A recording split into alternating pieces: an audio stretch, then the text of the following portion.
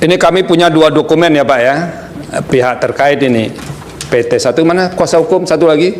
Kalau saya Pak. dulu Pak, saya ini tamat SMA-nya tahun 88. Ya. Itu masih menggunakan surat tanda tamat belajar. Nah, STTB Pak. Nah, apa bedanya dengan ijazah itu Pak? Sama saja Pak. Sama ya? Mungkin dulu STTB, tapi dianalogikan sama dengan ijazah. Sekarang masih dipakai STTB atau ijazah Pak? Ijazah, biasanya ijazah. Nah, saya minta Bapak ke depan sekarang Pak. Ya.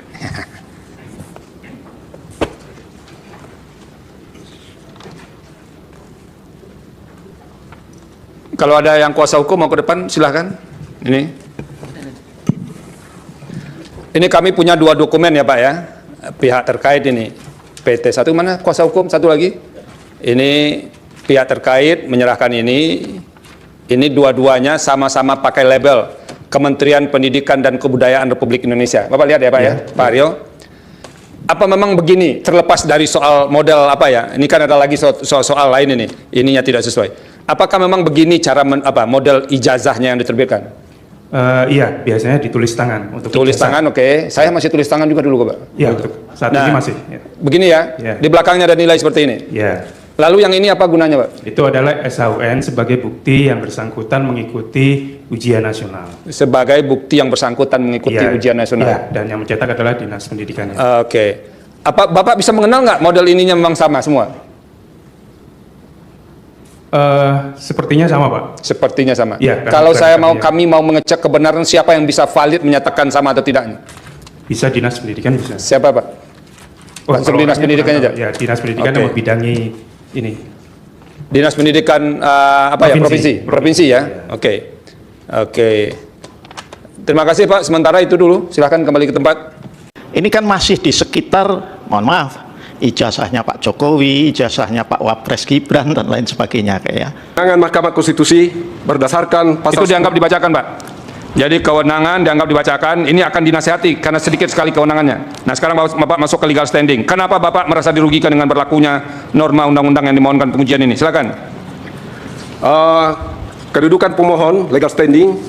Pemohon adalah warga negara Indonesia yang berprofesi sebagai advokat dan wira swasta yang memiliki hak konstitusional berdasarkan pasal 27 ayat 1 Undang-Undang Dasar 1945 yang berbunyi segala. Nggak usah dibacakan, Pak. Iya. Bapak jelaskan saja nih, kalau advokat nih harus jelas, yang kecil-kecil kayak begini nih lisan saja begitu, Pak. Oh iya. Nah, coba Pak jelaskan ke kami mengapa Bapak memiliki legal standing. Apa yang dirugikan Bapak dengan norma ini? Bapak jelaskan saja. Berdasarkan pasal 17 huruf H angka 5 Ya. Undang-Undang Nomor 14 Tahun 2008 tentang keterbukaan informasi publik yang berbunyi catatan yang menyangkut pribadi seseorang yang berkaitan dengan kegiatan satuan pendidikan formal dan satuan pendidikan non formal. Pasal ini Ya. yang membuat gaduh rakyat Indonesia sekarang ini karena ada yang berpendapat bahwa ijazah Bukan, seseorang. Pak.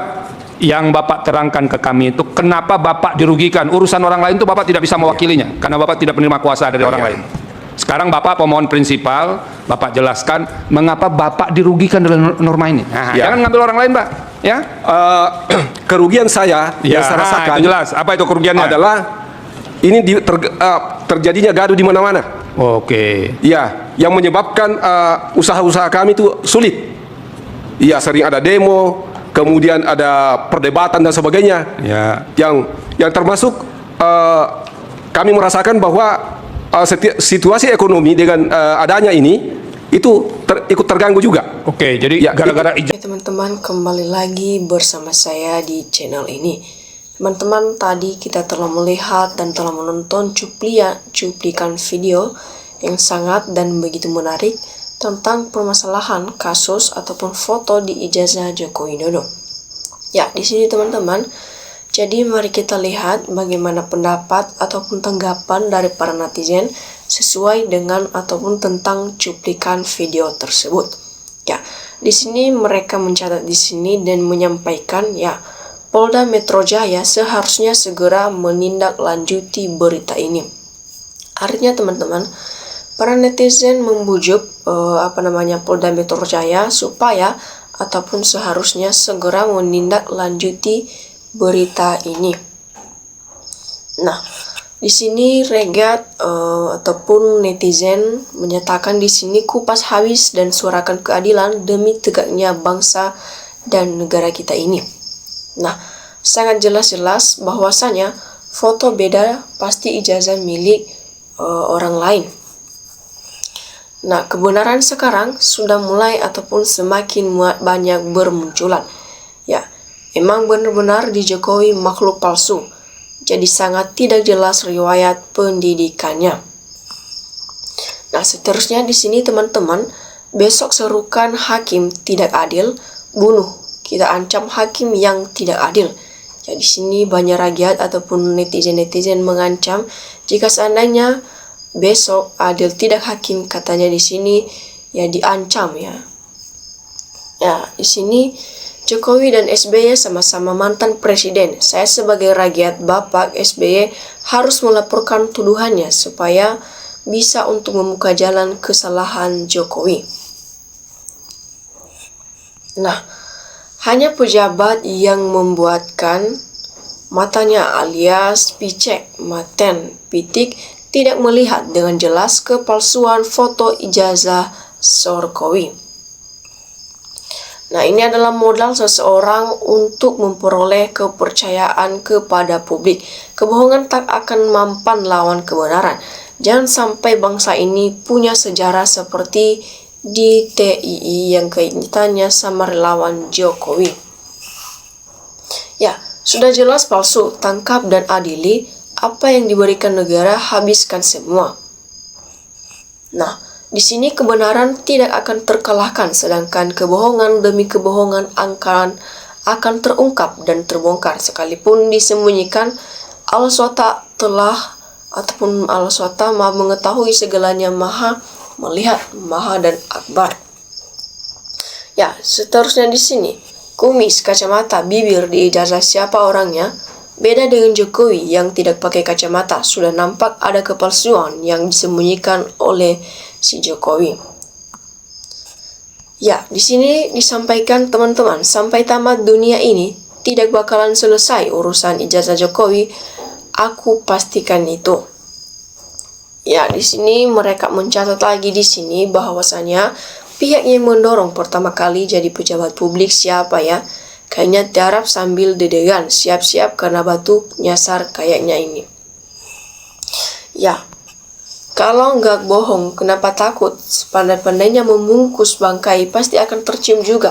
Sekali berbohong, selamanya berbohong, dan berbohong inilah yang akan menyiksa dirinya, baik dunia maupun akhirat.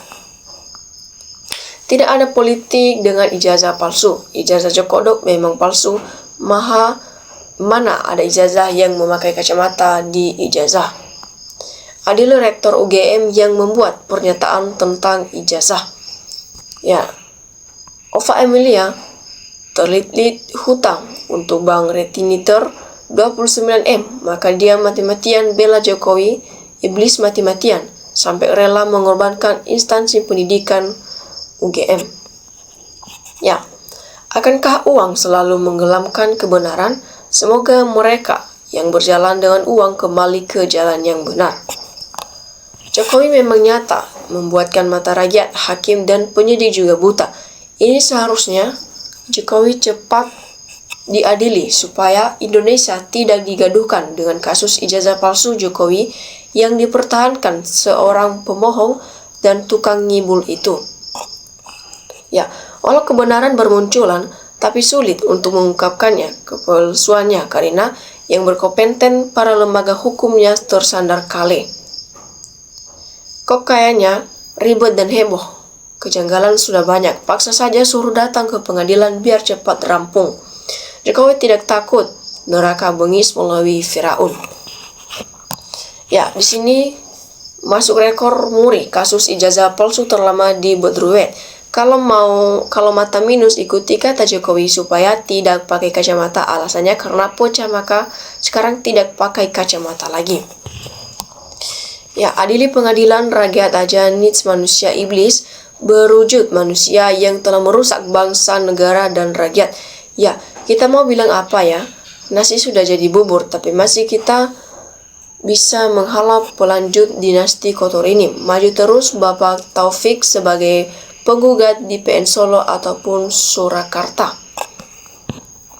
Jokowi apa dilakukan untuk kejahatan dan kebohongan untuk mencapai keinginannya. Ibliskan muka, pikirannya bisa berubah-ubah karena untuk memanipulasi manusia. Aneh ajaib, tolong jelaskan, jangan pede diam, pede para termul drama heboh. Nanti akan lebih banyak bukti-bukti baru bermunculan. Kalau mau ijazah palsu, orangnya palsu, tidak penting bagi pembela Jokowi, yang penting bayarannya, duitnya asli. Ya, teman-teman sudah terlanjur dapatnya duit cuma menjadi relawan ataupun booster RP. Apapun argumen, kenyataannya memang benar adanya, tapi masih mengelak para termul dibantu dilindungi oleh Arianto Sutadi yang jelas ada di termul. Ya, padahal Google itu ada loh kisah Jokowi dari kecil sampai kuliah, tapi harus website baru bisa dapat. Ya, di sini netizen memberikan tanggapan. Setahu saya foto untuk ijazah tak pakai kacamata, yang pakai jilbab aja dibuka waktu foto untuk ijazah.